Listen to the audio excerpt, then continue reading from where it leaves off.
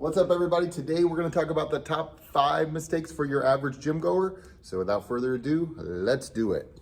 Coming in at number 5 is pacing. This is a skill that most people fail to develop over time. And it's important because if you don't know how to pace properly, if you come out too hot and too heavy on your first set or your first round, all of a sudden speed becomes a priority over proper form and proper posture. And when you're just exhausted because you can't pace yourself, your posture goes to crap, so your overhead movements begin to hurt your shoulders. Or you stop breaking parallel in a squat, and pretty soon you develop this muscle memory of poor posture and inadequate range on your movements, and you stop developing after this point. So learning how to pace is super important. You don't want to hit the wall in the beginning and then not be able to recover and then have your form go to crap afterwards. Number 4 is neglecting nutrition and hydration. And let's face it, long-term exercise isn't enough. If you're not eating balanced meals, if you're not getting adequate protein intake, and you're not staying hydrated, you will at some point stop making progress, which is disheartening. So you got to stay focused. You got to get your protein in and you got to stay hydrated. If you want to know more about protein, check out my videos on logging and proper nutrition. But here's a tip for you. I fill up this gallon jug every day. I put 4 of these element packets in there because staying hydrated isn't just water consumption alone. It's also your electrolyte balance. So this makes sure I'm getting proper electrolytes with the water so that I am hydrated.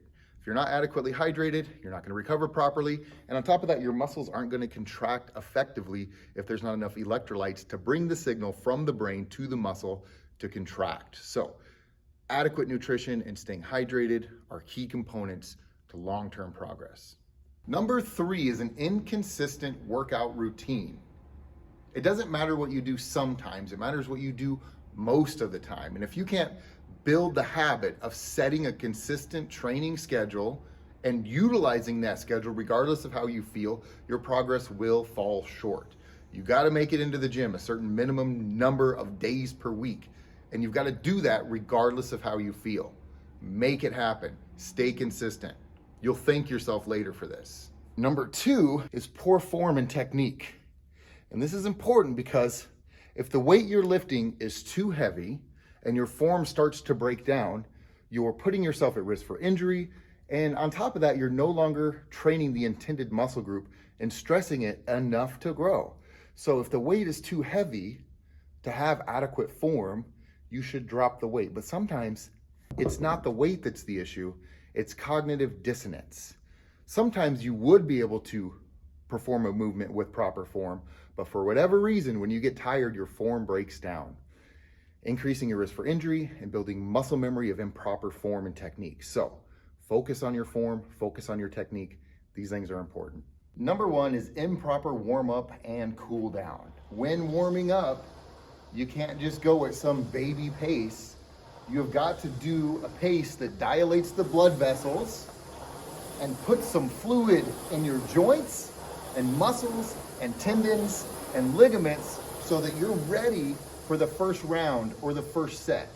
If you don't warm up properly, if you treat this warm up like a boring waste of time, then all of a sudden your first round is your warm up or your first set is your warm up. And then you're missing the potential to grow and stay engaged from that very first round or that very first set. So proper warm up and proper cool down are essential.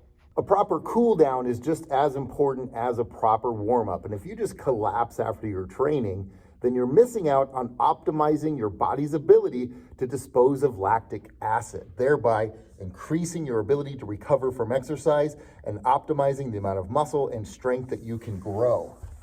When cooling down from exercise, you have to let your heart rate come down slow, which means just doing something as mild as walking around a little bit or getting on a piece of cardio equipment and going relatively slow. If you don't let your heart rate come down slowly, your body will not adapt to disposing of lactic acid and you will not recover properly from training. So these are the top 5 mistakes that gym goers make. I hope you got something for this. Make sure you like and subscribe, and I'll see you guys next time.